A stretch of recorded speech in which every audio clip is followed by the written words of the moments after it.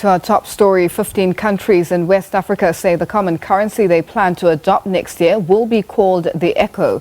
The regional grouping ECOWAS endorsed the name at its meeting in Abuja, Nigeria. Some economists say a common currency for West Africa is unrealistic because the Nigerian economy dominates the regional economy.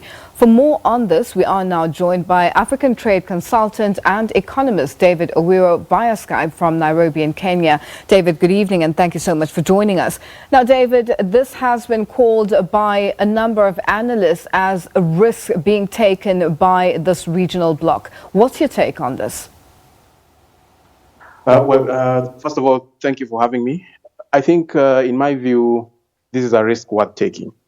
As you know, the African Union has been on an effort to have an Africa-wide single currency. That is the ultimate goal of the continental free trade area as part of the broader economic integration agenda for Africa. And so it is of course, expected for these regional economic blocs such as ECOWAS, SACU, the EAC, to sort of already move in tandem and have, their own stages, advance their own stages of economic integration. And so this effort by ECOWAS to have a unified currency through the ECO is much welcome. The criticisms we are hearing might as well also be continent-wide, citing the case of Nigeria being the dominant economy there. That is not reason enough, in my view, because if you look at the Eurozone in Europe, you have Germany and France being the dominant economies there, and yet the Eurozone is still viable in spite of the risks that and the challenges that it often faces. So in my view, this is actually the way to go for Africa. Now, this is definitely a political win, and just looking at, the gradual approach to the single currency, the fact that it would be based on a flexible exchange rate regime. Is this the best approach?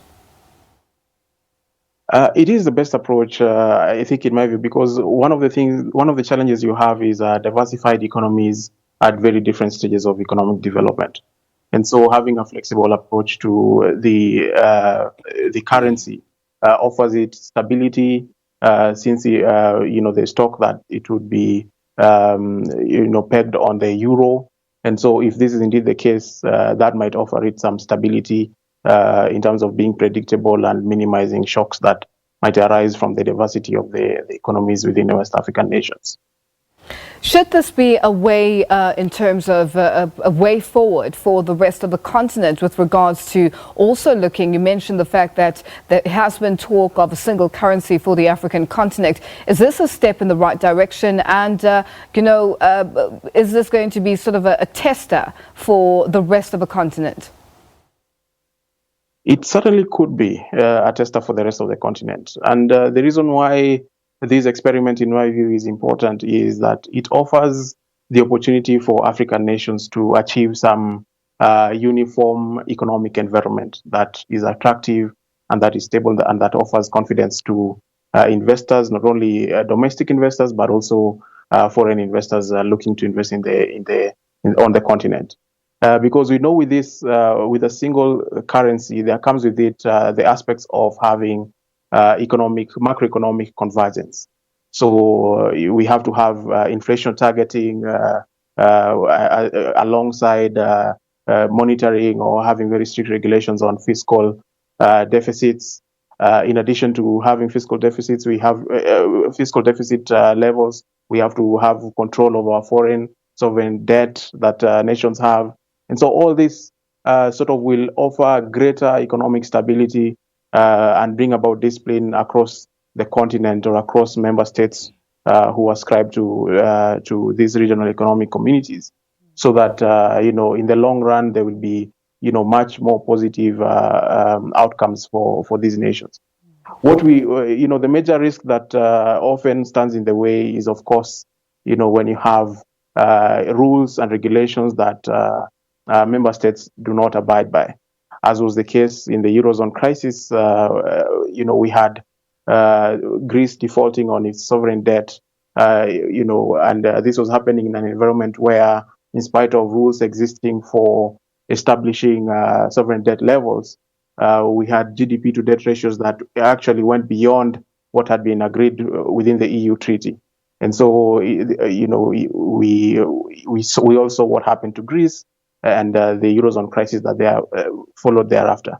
And so that is actually the one major risk that, as Africa pursues this, single currency amidst a more economically integrated regional economic community, we therefore have to put in place also a mechanism to ensure that there's fiscal discipline and that regulations are complied with within the bounds of the targets that macroeconomic targets that we do put in place.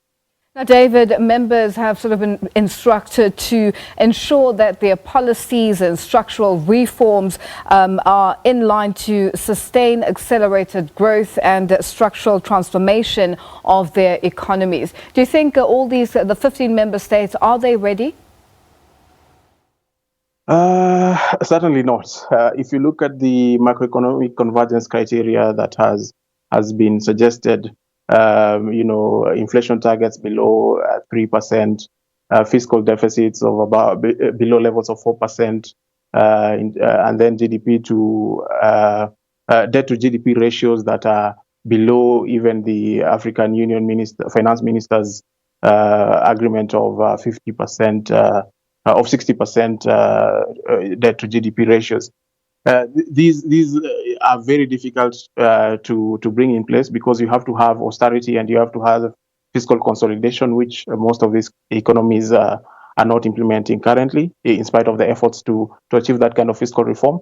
At the same time, when you have a very large trade imbalance that is dominated by the Nigerian economy being responsible for almost 2/3 of the trade that takes place within Western Africa, and Nigerian economy itself being very, much relying upon natural resources. This is oil.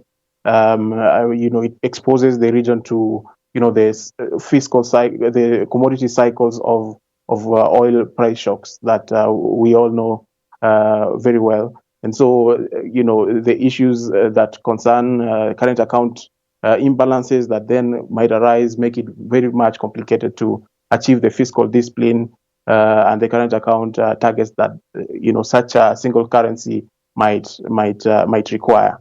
And so actually that's really the tough criteria that we'll have to see whether these countries are able to achieve that in order for them to implement that single currency that they aspire to. Now, 8 of these ECOWAS countries, for instance, Benin, Burkina Faso, Guinea-Bissau, Ivory Coast, Mali, Niger, Senegal and Togo, all are currently using the CFA franc. What happens then going forward with regards to the CFA franc and, the monetary union of WAMU? What do these countries need to do? Are they going to phase this out, or will this also be part of what they use in their countries? Yes, from the meeting outcome, it seems like they have agreed for WAMU to basically come together under this one umbrella within ECOWAS, within the ECOWAS framework. And so the currency which they've agreed to, which they've called ECO, will comprise both of the CFA franc that WAMU are using, together with these other Anglophone-speaking countries. And so the expectation is that there will be some sort of mechanism for withdrawing not only the national currencies of the countries that are not using CFA franc, but also the CFA franc itself. In terms of the time frames, next year is just around the corner. Are they on track? Do you think that they'll be able to make their targeted time frame? It's certainly quite ambitious. It's quite an ambitious target, and it remains to be seen whether they will actually manage to achieve the macroeconomic convergence targets that they've put out for entering into the single currency as per the date they've put as a target.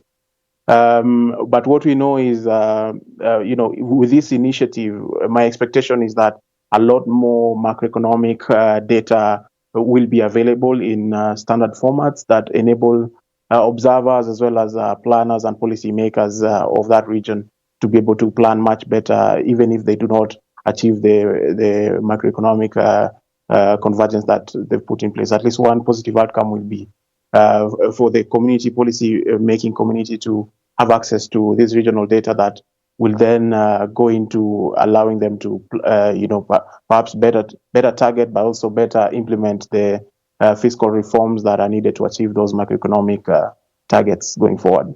David, always a pleasure. Thank you so much for joining us. That is David Owiro, and he is an Africa trade consultant and economist, and he was joining us via Skype.